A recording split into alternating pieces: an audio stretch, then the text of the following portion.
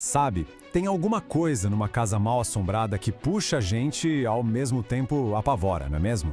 É aquela ideia de que o passado não morreu de verdade, que ele pode deixar uma marca, um eco, uma presença.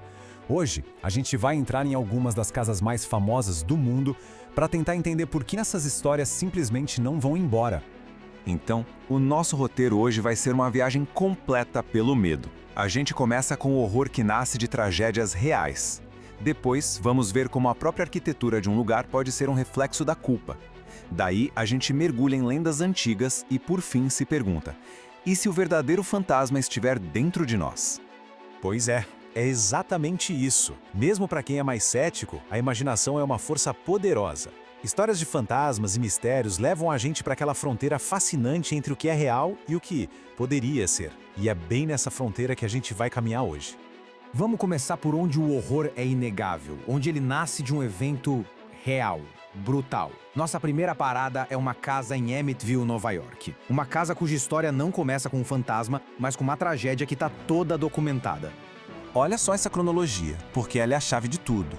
Em 74, a casa vira palco de um crime terrível. Menos de um ano depois, uma nova família, os Lutz, diz que viveu um pesadelo de vozes e aparições lá dentro. Essa proximidade, sabe?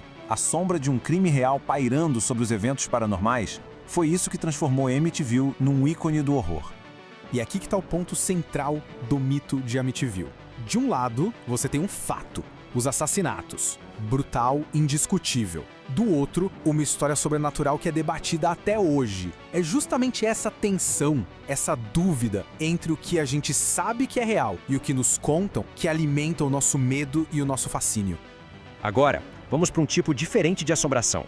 Uma em que a casa não é só um palco para os fantasmas, mas parece ser uma manifestação física da mente de quem a construiu. Uma arquitetura que nasceu da culpa. 160. Para e pensa nesse número, 160 quartos. A gente tá falando da mansão Winchester, lá em São José, na Califórnia. Isso não é só uma casa, gente, é o projeto de uma mente atormentada. Uma verdadeira obsessão construída com madeira e pregos.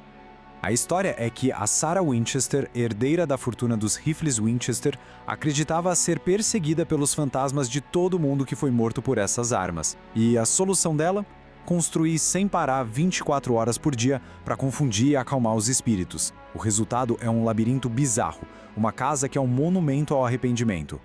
Se a mansão Winchester foi construída pelo peso da culpa, a mansão Lala Louie, em Nova Orleans, foi marcada pela falta total dela. Por trás daquela fachada de alta sociedade, Delphine Lala Louie escondia um segredo terrível. E foi um incêndio, em 1834, que rasgou esse véu, revelando uma câmara de tortura que expôs uma crueldade tão extrema que a cidade nunca mais esqueceu. E dizem que a casa também não. Ok, então a gente sai dos crimes documentados, da arquitetura meio maluca, e agora a gente entra de cabeça no reino do folclore. Vamos falar de assombrações que não nasceram de um único evento, mas de lendas e maldições que foram sussurradas por gerações até virarem parte da própria terra. Lá no Tennessee do século XIX, uma das lendas mais apavorantes dos Estados Unidos tomou forma: a Bruxa de Bell. E olha, isso não era um fantasma silencioso ou uma aparição que passava rápido. Segundo os relatos, era uma entidade com nome, com voz e com uma presença física maligna que se dedicou a atormentar a família Bell durante anos. O que deixa a lenda da Bruxa de Bell tão assustadora é a escalada das coisas. Primeiro eram só uns barulhos, arranhões, sussurros, depois evoluiu para uma voz sem corpo que xingava e atormentava a família. E no fim, culminou em ataques físicos, violentos mesmo. É essa progressão do sutil pro brutal que garantiu o lugar dela no folclore do horror. Até agora, a gente falou de forças que vêm de fora, né? Fantasmas, maldições. Mas e se a assombração não estiver na casa, mas dentro da gente? Essa é a questão principal do terror psicológico, onde um lugar pode ser só o gatilho, o espelho que reflete a escuridão que a gente já carrega na mente. A obra-prima de Shirley Jackson, A Assombração da Casa da Colina, mesmo sendo ficção, é a exploração perfeita dessa ideia.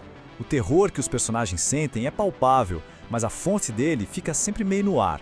A pergunta que o livro deixa pra gente é: a casa é má por si só ou ela só se alimenta dos traumas e medos de quem se atrevem a entrar? E o que é realmente interessante aqui é essa dualidade. A história funciona nos dois níveis. A casa pode ser, sim, uma entidade com vida própria, uma fonte externa do mal. Ou ela pode ser só um catalisador, e o verdadeiro horror vem de dentro da mente, uma fonte interna. Essa incerteza é que define o terror psicológico. Então, depois de caminhar por corredores manchados de tragédia, labirintos de culpa e lendas antigas, a grande questão continua, né? Por que a gente é tão capturado por essas histórias? O que elas dizem sobre nós? Pelo visto, o nosso fascínio se apoia em 4 pilares. A tragédia nos conecta com a dor real de um lugar. A culpa faz a consciência se manifestar como uma assombração. A lenda apela para o poder eterno das histórias. E a psicologia?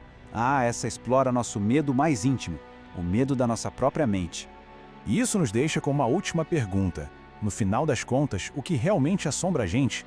São os espíritos que vagam pelos corredores ou são as histórias que nós mesmos contamos sobre eles?